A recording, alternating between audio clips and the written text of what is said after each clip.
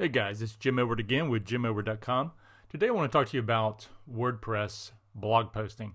Specifically, we went through other previous video on how to do basic blog posting on a WordPress blog. Now I want to talk to you about actually formatting. Formatting, what I mean by that is making sure your paragraphs, your links, your block quotes, your bolds, italicized, H1 through H5 tags, etc.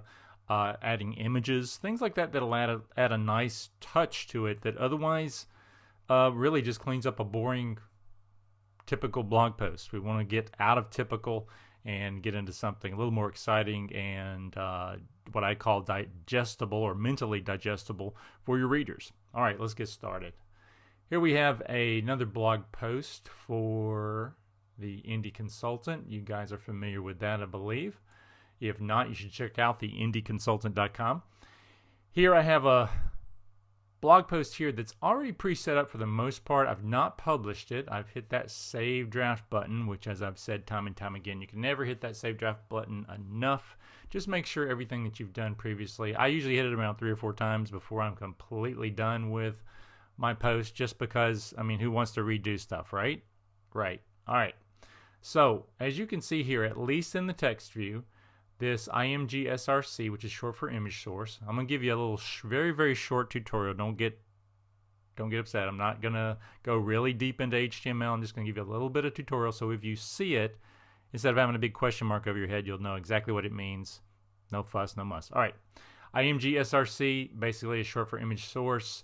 Between the two brackets there, that just shows you that there is an image there. It's 708 pixels wide by 200 high, so it's a long skinny image. That's the format that we use for this. Here you have a featured image, and then here you have the post image. Alright, so the anatomy of this blog post as far as properly formatting, I'll go over here to the visual mode just so you can get a good idea. A nice lovely shot of lunch, ultra close up, long and skinny image. That's your image source. We've uploaded the photograph here from Add Media. You've got the text here with the paragraphs already pre-formatted. Now, when I mean pre-formatted, I mean spaced in between the paragraphs. Now, here's another little trick. Sometimes you can do that, which is a Command P or a P tag. That's just your what would be called, I guess, your less than and greater than signs bracketed to the left and right of the letter P. P stands for paragraph. That would start a paragraph by itself. Now, by default, if you just add a space, or in other words, after networking, hit return as a hard return, you'll get that nice space there. If for some reason it doesn't, and there are times unknowingly, sometimes maybe depending on the theme that you're using, it may not do that if you do a space, so just do a nice Command P, and then that way, so that would be one paragraph, and then of course that would be a starting of another. Just do that, and so that way that would ensure that it's breaking where you need it to. All right, so that's the first part. I'm going to keep it in visual mode because I think most of you are probably going to end up doing this in visual anyway. I'm going to go through some of the basics. I is for italic, so there you go, it turns it italic. B is for bold. If I go over to the text mode here, you'll see here the strong and EM. EM is the italic tags, strong is the bold tags. So what we have here is an opening tag is what it's called, strong and italic, or bold and italic, which is strong and EM. And then, let's see, there we go. And then you have the closing tag here, which when I say closing tag, all that means is that / is added at the beginning of the word. So again, just something for you to be aware of, because eventually this is going to happen. If you blog, this is going to be your best friend. HTML tags are going to be wonderful, quick, down and dirty, just boom, type it and it's done, or copy and paste these things, and you can get a really nice look. Plus, like I said before, no question marks over your head going, what in the world's this? All right, so let's see, we're going to go back to visual. All right, so you got bold and italic. We're just going over the visual buttons at the top. Now you have an ordered list and an unordered list. Unordered list just means bullet points. Ordered list means 1, 2, 3. It's pretty awesome. I like to do the HTML version, but say we've got these here. Let's see. Let's just turn these into imaginary bullet list. We select all 3 of those lines. If I hit the bullet point, look at that. Turns it into a nice bullet point and does a nice little margin. Now, just so you know, there we go. UL tag there stands for unordered list. Means in no particular order, so it just puts bullet points. You've got an opening, closing UL tag, and then an opening and closing LI tag. LI is just short for list. Just know this, if you put an LI in front of something, and this is even a better shortcut here. Again, it depends on the theme that you're using, but more often than not, all you need is an opening LI tag, and that'll put a bullet point there, there, and there. Opening, closing, unordered list is there. Let's see if it shows up after I made those changes. Okay, we'll see. It still shows up. Let me go back. And if I put an O there for ordered list, there we go. 1, 2, 3. So nice. And the 1, 2, 3 would be the same as if you were to hit the 1, 2, 3 button, the OL or ordered list button here at the top.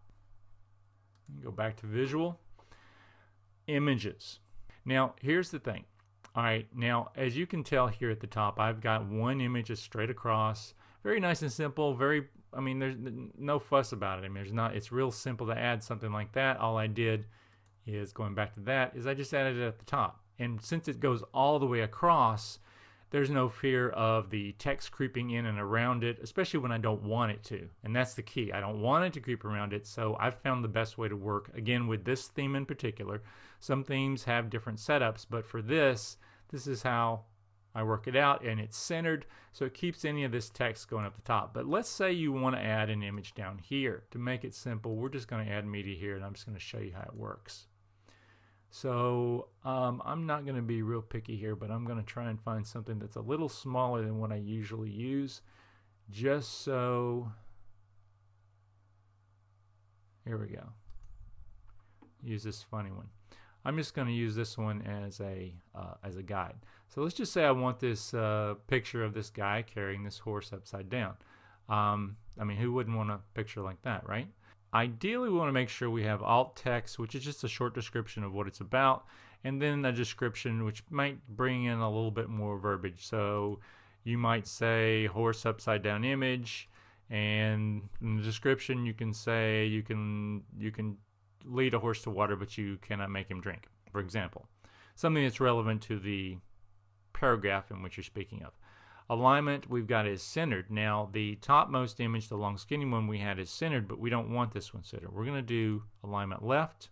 Link to media file. We don't want it to link to anything. Again, we just want it to look nice and pretty. And we've got the image options of doing full size or thumbnail. Keep in mind that if it's a thumbnail 150 by 150, it will crop the image, so it won't look like what you put in there. We're going to stick with full size. 300 by 295, that's pretty borderline large, but we're going to go with that and just see what it looks like. And then finally, we're going to insert into post. So that's pretty big, but two things I see here. Like I said, one, it's pretty big, and two, if you notice, look at the text. It's butting up right against it. Does not look good at all. But guess what? We have control over that. So I'm going to click on it once. You see these two icons. That red one, of course, will make it go away. Let's click on the tiny photo of that mountain, and let's go to advanced settings. Now, first thing I'm going to do, you've got a little scale here, which you can see it actively makes it smaller. I'm going to go with 70% of the original size, so I'm going to bring it down a little bit. By the way, if you can, make your images, if possible, make the images exactly the size you want it. So, in other words, if I bring this down 70%, the size is going to become more like 210 by 207. So a 200 by 200 image actually is a pretty good size as opposed to 300. If you see an image being 300 pixels or larger, that's a little borderline big. But again, it depends on what you're using it for. If it's a large graphic, you want people to read it, that's one thing. If it's an image that just gives a little aesthetic appeal and breaks up the monotony of the blog post, that's another. Sometimes you want it, but play with the sizes here. We have full control. So 70% of the size, but we really don't have much of space around it. Even though if you look at this little WYSIWYG image, what you see is what you get. It looks like there's a little bit of space. There's not. All right, that's why we have image properties here at the bottom. You have the option of putting a border. Sometimes it's good, sometimes it's not. We're just going to add a 1 in there. It's 1 for a 1 pixel border, so a thin black border. And then vertical space and horizontal space. That's that invisible padding that goes around the image. Very, very critical. I like to add a little bit more, somewhere around 7 to 11 pixels. Again, you can play with this and see what works best for you, but your vertical and horizontal space are your friend. We're just going to click update and we'll see what happened. Now, there you go. Look at that. A little bit of spacing around it, more towards the bottom, but that's okay. And it's smaller with that 1 pixel border around it. So that's an easy way to add images quickly. Let's just say, oh, we like it. We see that it's on the left-hand side, but we'd rather have it centered, which will obviously make it centered according to that. Or let's make it right. So we're going to update it. Boom, it's on the right-hand side now. Very, very easy. And again, after you do that, you'll probably want to save a draft. And I'm going to go back to the formatting and aesthetics of the posts. We went through bold, italic, strike through, ordered and unordered lists. This is block quote. Let's pull out a quote from one of the paragraphs. Let's paste it in there. We select it all and simply hit block quote. Now all you see there is a space that goes past it, but what happens is it gives you a little quote symbol at the top on the side. If we hit preview, it should show you what it looks like. There we go. The only thing I don't like about block quotes, at least in this regards, is it's light, it's gray, and it's still small. So one of the things you can always do is you can hit the bold button. Take a quick preview at that. That's a little better, still gray. Again, just remember from a text view, let's go there now. That's what we created. So the block quote in the greater than and less than signs, the brackets, if you will, that's a pretty self-explanatory. Block quote tag, opening tag, closing tag, nest your text in between the two. Boom, there you go. It's a block quote. So let's just take a preview of it.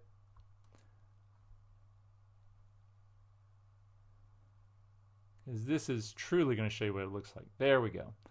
I like bolder block quotes like that. Again, depending on your theme and depending on the features that it has, it may show up differently than what you see here. But this is how I like to do it.